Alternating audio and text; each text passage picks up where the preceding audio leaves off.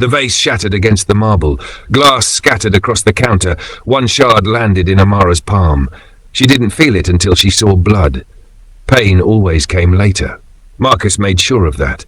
You smiled at him. Marcus's voice was soft, almost tender. My partners were watching, and you smiled at that bartender. 2.5 years had taught her to read the weather in his voice. The quieter he got, the worse it would be. He backed her into the wardrobe. The wedding dress hung there, a ghost in silk. Her collarbone still ached from 3 days ago, her ankle from last Tuesday. In less than 24 hours, she was supposed to marry him. I wasn't. His grip seared through her scalp as he twisted her braid. His breath reeked of baijiu. Don't lie to me.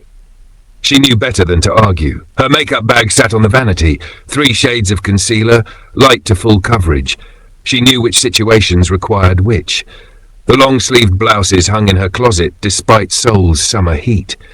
Even her smile had rehearsals. But something cracked tonight. Maybe it was the wine she'd drunk while he was out. Maybe it was the thought of tomorrow becoming every day for the rest of her life. Maybe survival had stopped feeling like living. When Marcus's phone rang and he released her to answer it, retreating into the bedroom, Amara looked at the door. She'd stared at that door 100 times. Tonight it stared back. She was alone in Seoul. No family, no real friends. Marcus had cut them all away. She had no money of her own. No passport. He kept it locked in the safe behind their wedding photo. His voice carried from the bedroom, sharp with anger over some deal gone wrong. She had maybe 3 minutes. Amara grabbed her phone and nothing else. No shoes. The door opened, and then she was in the hallway, then the stairwell, 2 flights at a time, straight into the night. The pavement bit at her bare feet. She ran because stopping meant dying. Seoul at midnight was neon and noise. She had nowhere to go, only away. Her lungs burned. Her feet left red prints on the concrete. Behind her she heard shouting. Whether Marcus had discovered her gone or her mind was inventing ghosts, she didn't look back. She turned into an alley, then another, until she was lost in Itaewon's maze. Her phone buzzed. Marcus. She didn't think, just hurled it into a dumpster and kept running. That's when she found the building, or rather fell into it. Her foot caught on the entrance of what looked like an upscale office tower, and she stumbled forward into a lobby of black marble and gold fixtures. A security guard started toward her, but a voice stopped him. "Stand down!" Amara looked up. The man standing in the doorway of what looked like a conference room was tall, sharp-featured, wearing a suit that probably cost more than Marcus's monthly car payment. His eyes were dark and unreadable as they took in her bare feet, her bleeding soles, her wrinkled clothes.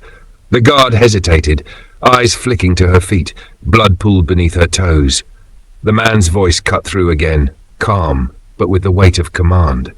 "You're running from someone." It wasn't a question. "I need somewhere to hide," Amara said. Her voice broke. "Please, just for a few minutes." The man studied her with unsettling intensity, then gestured inside. "Come in. We're finishing some paperwork." She didn't question it. Terror and exhaustion and wine had stripped away her ability to think clearly. She walked into the conference room where several suited men froze mid-signature. They looked at her with expressions ranging from shock to suspicion, but no one spoke. "Sit," the dangerous man said, pointing to a chair. "Water or something stronger?" "Stronger." He poured whiskey from an expensive-looking decanter.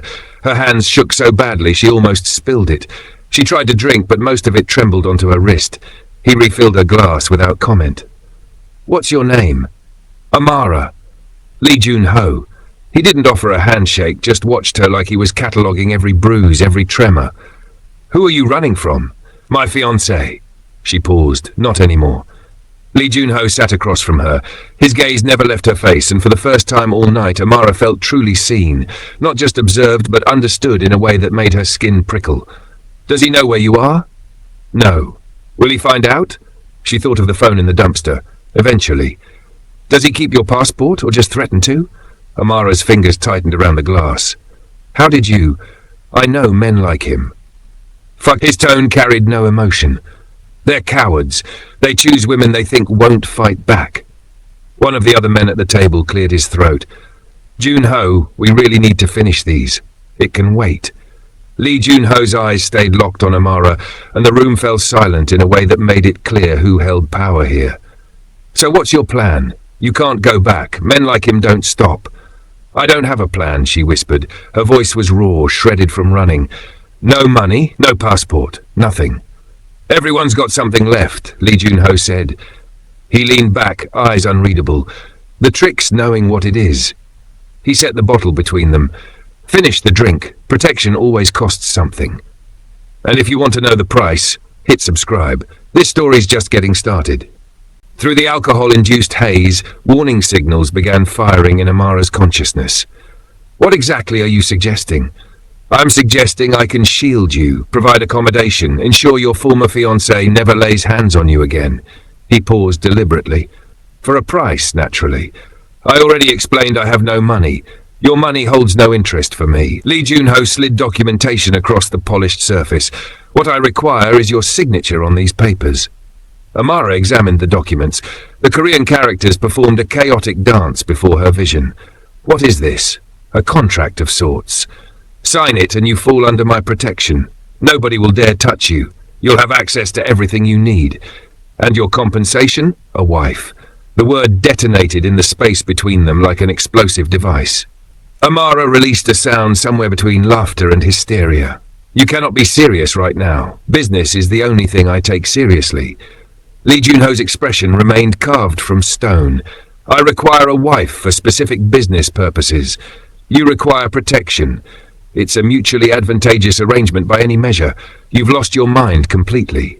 Perhaps." He pushed the documents closer. "But I'm also your singular option at this precise moment. Unless you'd prefer to venture back out there and gamble on your ex not tracking you down first." Amara looked toward the exit, looked at the paperwork, looked at Lee Junho's emotionless face. The whiskey sang through her bloodstream and she'd grown so weary of living in constant fear. What did she have left to lose? She already inhabited one version of hell. Perhaps this was simply a different flavor of damnation. Perhaps it might even be an improvement. She lifted the pen with trembling fingers. "Where do I place my signature?" Lee Junho indicated the lines. She signed and signed again and continued signing. She didn't read a single word, didn't care enough to try. Each signature felt like burning a bridge while still standing on it. When she finished, Lee Junho collected the papers with an expression that might have been satisfaction. "Congratulations, Mrs. Lee. You're now legally bound to Seoul's most dangerous man." "Excuse me." The room tilted on its axis. Amara gripped the table edge. "What did you just say? You should probably stop drinking now." Lee Junho rose to his full height. "You're going to want to remember this conversation when you wake up." But Amara remembered nothing when tomorrow arrived. She didn't remember Lee Junho's driver transporting her to a penthouse in Hanam-dong. She didn't remember being assisted into a bed that felt like sleeping on clouds. She didn't remember anything until consciousness returned in unfamiliar silk sheets in an unfamiliar bedroom, with sunlight flooding through floor-to-ceiling windows overlooking the Han River. For several heartbeats, she wondered if she was dreaming. Then she attempted to sit up, and every muscle in her body protested violently. Her feet were wrapped in professional bandages. She was wearing clothes she'd never seen before, expensive pajamas that fit like they'd been tailored specifically for her body. And on her left hand, next to Marcus's engagement ring, sat another ring entirely, a wedding band crafted from platinum and encrusted with diamonds. The door swung open. Lee Junho entered carrying a tray laden with coffee and what appeared to be breakfast. He'd changed into casual attire, dark trousers, crisp white shirt, sleeves rolled to his elbows. He looked younger in daylight, possibly early 30s, and somehow even more dangerous than he had the previous night. "You're conscious," he noted. "Excellent. We have considerable ground to cover." Amara stared at him like he'd grown a second head. "What happened last night?" "Where am I?" "You're in my residence." "Our residence technically, since as of last night you're legally my wife." He positioned the tray on the bedside table. "You signed a marriage contract. It's completely binding under Korean law." "My congratulations." The room performed a nauseating spin. "That's impossible. You cannot just—" "I can, and I did." Lee Junho occupied a chair near the window. "Don't concern yourself with romantic expectations. This is a business arrangement. You reside here, you follow my rules, and I keep you safe. Simple mathematics. This is kidnapping. This is rescue." His voice hardened like cooling steel. "You came to me. You signed the papers of your own volition. Intoxicated, yes, but free will nonetheless. And now you're protected. Your ex-fiancé cannot touch you. Nobody can." Amara pulled at the wedding ring. It refused to budge. "Who are you really? I told you already. Lee Jun-ho. That means nothing to me." He smiled, but the expression never reached his eyes. "It will soon enough. Eat your breakfast. Someone will arrive in an hour to take your measurements." "Measurements for what purpose?" "Clothing. You'll need an entirely new wardrobe. Can't have my wife looking like she dressed herself from a discount bin. I am not your wife. The legal documentation says otherwise." Lee Jun-ho stood. "Get accustomed to it, Amara. Your old life is dead and buried. This is your new reality. The sooner you accept it, the easier everything becomes." He exited, closing the door behind him. Amara heard the lock click into place. She was trapped in a gilded cage. She'd escaped one prison only to walk willingly into another with even prettier bars. She hurled the breakfast tray against the wall and screamed until her throat was raw. If you're hooked on this story, make sure you hit that like button and drop a comment telling me if you think Amara made the right choice or the biggest mistake of her life. Let's debate in the comments while I continue this wild journey. The following days taught Amara exactly what being Mrs. Lee meant. Lee Jun-ho wasn't simply wealthy. He wielded power that made Marcus look like a street-level hustler. He owned half of Gangnam, had politicians and police officers on his payroll, and operated an empire that existed in Seoul's glittering shadows. People feared him. People obeyed without question. And now she belonged to him. "You need to learn proper posture," the woman declared, circling Amara like a predator sizing up prey. Her name was Mrs. Han, and she'd been hired to transform Amara into a proper society wife. Amara was wearing heels that felt like medieval torture devices, a dress that cost more than she'd earned in a year working in Lagos, and had endured 4 hours of etiquette instruction. She was contemplating homicide. "I know how to walk. You know how to walk like a common street girl." Mrs. Han's voice dripped acid. "Now you're Mrs. Lee. You represent one of Seoul's most powerful families. You will walk, speak, and behave accordingly, or you embarrass your husband, and trust me when I say, you don't want to do that." The next 3 weeks became a war of small rebellions. Amara wore inappropriate clothes to breakfast, ate with her hands like she was back in Lagos. Mrs. Han's face would flush with horror every time Amara deliberately butchered Korean pronunciation or used the wrong utensils. Lee Jun-ho would simply observe from doorways with those unreadable eyes and say, "Try again." But embarrassing Lee Jun-ho was only part of the plan. What she really wanted was information, anything she could use as leverage. She'd learned the security rotation schedule. She knew which guards smoked on the South Terrace at 2 a.m. She'd memorized the 6-digit code Lee typed into his office safe, watching the reflection in his desktop screen. Small rebellions kept her sane. Intelligence would keep her alive. Sometimes she didn't know if she was planning escape or self-destruction. It was infuriating how little he reacted.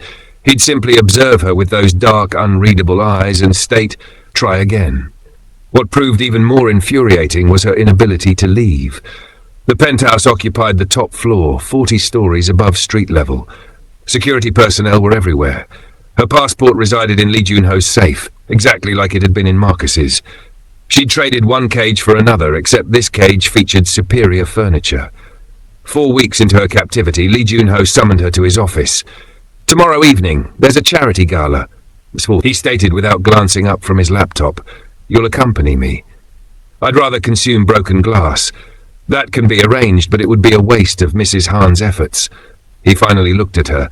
"You'll behave, you'll smile, you'll play the role of devoted wife. Is that understood?" Amara leaned against his desk, arms crossed. "And if I refuse? Then I'll make certain everyone knows your ex-fiancé's new address." Lee Jun-ho's voice was soft, deadly. "You mistake silence for mercy, Amara. I don't warn people twice." Amara's blood turned to ice water. "You wouldn't dare. Test me." His eyes held hers. "You're my wife now. That makes you useful to me. But if you become more trouble than you're worth, I have no problem cutting you loose, and we both know what happens after that." She wanted to strike him, wanted to scream until her lungs gave out, but he was absolutely right. Without his protection, she had nothing. Nowhere to run. Nobody to help. Marcus would locate her within days. She straightened, holding his gaze. "Fine. I'll attend your ridiculous gala." She paused at the door. "But you should know that threat only works once. Next time, I'll have my own." For the briefest moment, something flickered in his eyes. Surprise? Respect? It vanished before she could name it. "I look forward to it," he said. The gala proved to be a nightmare of artificial smiles and hollow laughter. Amara stood beside Lee Jun-ho in a dress that probably cost more than a luxury vehicle, adorned with jewelry that felt like shackles, while he schmoozed with politicians and businessmen who all regarded her like she was some exotic pet. "Your wife is absolutely stunning," one man commented in Korean, as if Amara couldn't comprehend the language. "Where did you discover her?" "She discovered me," Lee Jun-ho replied smoothly. His hand rested on the small of Amara's back, possessive. "Lucky me indeed." Amara smiled and said nothing. Mrs. Han had drilled into her that society wives were seen, not heard. It made her want to set something on fire.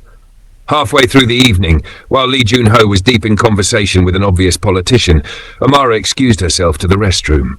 She just needed 5 minutes away from the suffocating crowd, the judging eyes, the weight of the ring on her finger. She was reapplying lipstick when another woman entered, young, beautiful, Korean, wearing a dress that cost more than Amara's entire outfit combined. "So you're the one," the woman said in flawless English, Lee Jun-ho's mysterious new bride. Amara met her eyes in the mirror. "And you are?" "Someone who knows him better than you think." The woman moved closer, her expression unreadable. "He's not what you think. Lee Jun-ho is dangerous, ruthless. He destroys everything he touches." "Thanks for the warning." Amara turned to leave. The woman grabbed her arm, voice dropping to barely a whisper. "Ask him about Busan, about what happened 3 years ago." Her eyes were intense, almost desperate. "If he tells you the truth, then maybe you have a chance. But if he lies," she released Amara's arm, "then you're already dead, just like the last one." "The last what?" But the woman was already walking away, heels clicking against marble, leaving Amara frozen with a name she didn't recognize and a warning she couldn't ignore. When they finally returned to the penthouse, she was exhausted and terrified and angry all at once. "You performed well tonight," Lee Jun-ho said as they entered the living room. He poured himself a drink. "Better than I anticipated. I'm not a performing circus animal." "No, you're my wife. There's a significant difference." He looked at her, really looked at her. That woman in the bathroom, what did she say to you? Of course he knew. Amara decided to test the waters. "She told me to ask you about Busan." His hand stilled on the glass. For a fraction of a second, something dangerous flickered across his face. Then it was gone, replaced by his usual mask of control. Did she? It wasn't a question. 3 years ago, apparently. She said, "If you lie about it, I'm dead." Amara crossed her arms, like the last one. Lee Jun-ho was silent for a long moment. When he spoke, his voice was colder than she'd ever heard it. "The woman who told you that wants me to hurt you. She wants me to tell you things that will make you hate me, fear me, and she's succeeding. So tell me the truth." "No." He downed his drink. "Because some truths are weapons, Amara, and I won't hand you ammunition to destroy yourself." "You call this protection?" Her voice rose. "Safe? You mean contained?" He stepped closer. "No, preserved." The word hung between them like a blade. "What do you want from me?" The question burst out of her. "Really, why did you marry me? It can't just be for appearances." Lee Jun-ho was silent for a long moment. When he spoke, his voice was quieter. "Because I saw something in you that night. Fire, strength, even bleeding and broken, you fought. That's rare." "So you collected me like a trophy?" "No." His eyes held hers. "Like a partner." Before she could respond, he walked away, leaving Amara alone with more questions than answers. The nightmares started 6 weeks in. Amara would wake up screaming, trapped in dreams where Marcus's hands were around her throat, where she was back in that Itaewon penthouse, where she couldn't breathe, couldn't run, couldn't escape. She'd learned to muffle her screams with a pillow so the staff wouldn't hear. But Lee Jun-ho heard. The third time it happened, her door opened, and he was there, dressed in pajama pants and nothing else. For a moment, Amara was too disoriented to speak. She'd never seen him like this, unguarded, human. "Another nightmare," he said. It wasn't a question. She nodded, pulling her knees to her chest. "I'm fine. You can go." Instead, he sat on the edge of the bed. "What do you dream about?" "None of your business." But her voice broke halfway through the sentence. He didn't touch her, just studied her face in the dim light filtering through the curtains. For once he looked uncertain, almost gentle. "Marcus used to—" She stopped herself. Why was she telling him this? Used to what? "Hurt me when I had nightmares, said I was too loud, dramatic." She laughed, without humor. "Eventually I learned to stay quiet." Lee Jun-ho was silent for a long moment. When he finally spoke, his voice was different, softer. "You don't have to be quiet here. Why do you care?" "I don't know yet." He stood, moved toward the door, then paused. "But I'm starting to." He turned off the light. "Try to dream of something better," he said, and left the door open. Amara sat in the darkness, heart pounding, more confused than she'd been since this entire nightmare began. For the first time since arriving in Seoul, she didn't feel quite so alone, and that terrified her, because monsters could be kind too. "Amara," his voice was surprisingly gentle. "Talk to me." Maybe it was the darkness, maybe it was the exhaustion, maybe it was just that she was so tired of carrying everything alone. The words came tumbling out about Marcus, about the two and a half years of abuse, about how he'd isolated her, controlled her, broken her piece by piece until she didn't recognize herself anymore. Lee Jun-ho listened without interrupting. When she finally finished, her face wet with tears she hadn't meant to cry, he stood and left the room. Amara thought that was it. She'd shown weakness and now he'd despise her. But he returned a minute later with a bottle of water and a warm cloth. He handed her the water and, without asking permission, gently wiped her face. "You're not broken," he said quietly. "You survived. That makes you stronger than most people I know. I don't feel strong. Strength isn't about not being afraid. It's about being afraid and doing it anyway." He set the cloth aside. "You walked into my office bleeding and barefoot, and you didn't beg. You didn't cry. You negotiated. That's strength." Amara looked at him, really looked at him. In the dim light he looked younger, more vulnerable, human. "Who are you, Lee Jun-ho? Someone who understands more than you think." He stood. "Try to sleep. I'm right down the hall if you need me." After that night, things shifted between them. The hostility remained, but something else crept in. A grudging respect, a strange intimacy born from shared darkness. Lee Jun-ho started eating breakfast with her, asking about her day, treating her less like a possession and more like a person. But he also started pushing her in new ways. "You're learning self-defense," he announced one morning. "Excuse me? Starting today, 1 hour every morning." He sipped his coffee. "You need to know how to protect yourself." "From what?" "I'm locked in a fortress. From everyone." His eyes were serious. "I want you to be able to fight back if you need to. Never be helpless again." The trainer was a woman named Ji-yeon, compact and deadly. She took one look at Amara and said, "We have a lot of work to do." It was brutal. Every morning, Amara's body was pushed to its limits. She learned to punch, to kick, to use her smaller size as an advantage. Ji-yeon didn't go easy on her.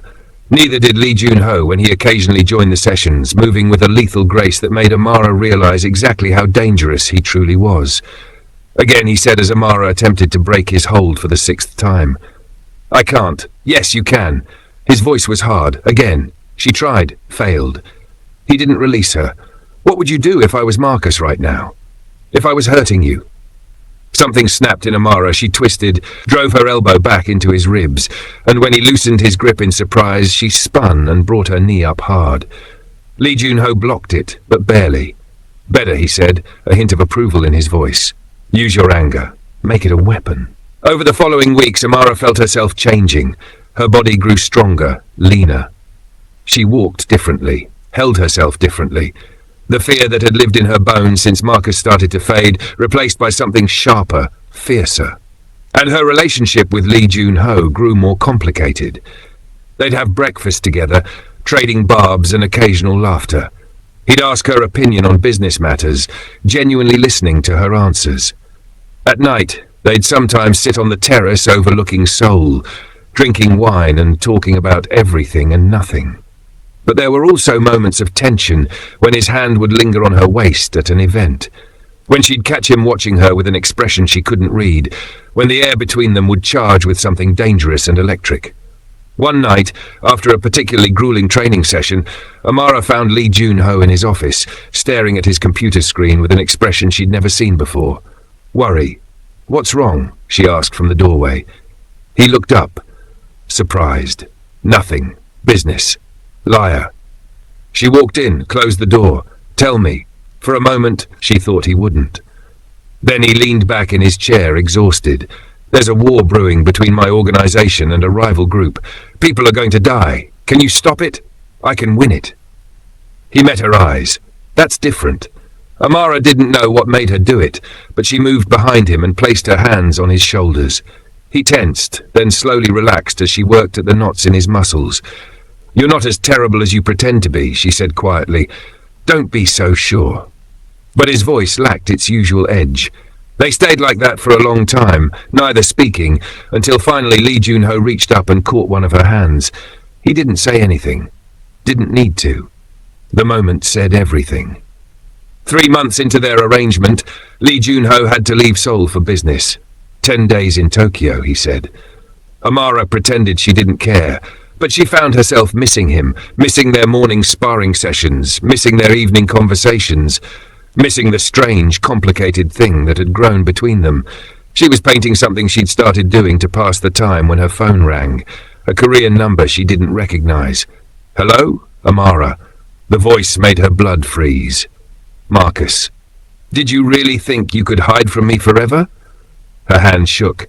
"How did you get this number?" "I have connections everywhere, sweetheart." His voice was syrup and poison. "I know where you are. I know who you're with. Lee Jun-ho might be powerful, but he's not untouchable. Stay away from me." "Or what?" Marcus laughed. "You'll tell your husband, the one you signed your life away to?" "He doesn't love you, Amara. You're just a toy to him. A shiny new thing. When he's bored, he'll throw you away, and I'll be waiting." Amara hung up, her whole body shaking. She immediately called Lee Jun-ho. "What's wrong?" His voice was sharp, alert. She told him about the call. There was a long silence. When Lee Jun-ho spoke again, his voice was deadly calm. "Pack a bag. My driver will take you to a safe house." No, the word surprised her as much as it did him. Amara. She sat there on the cold bathroom floor, surrounded by positive pregnancy tests and impossible choices. Freedom wasn't the absence of chains. It was the power to choose which ones to wear. "Ask me tomorrow," she whispered. "I'll ask you every day for the rest of my life if that's what you need." Lee Jun-ho pulled her close, and for a moment she let herself believe it could be this simple. That tomorrow she'd wake up and know what she wanted, who she was. Then her phone buzzed on the counter. Unknown number. Her blood went cold. Lee Jun-ho reached for it first, his expression darkening as he read the screen. A single text message glowed in the darkness. "Tell Lee Jun-ho the child won't save you." His hand tightened around the phone. When he looked up at her, his eyes held something she'd never seen before. Not anger, not protection, fear.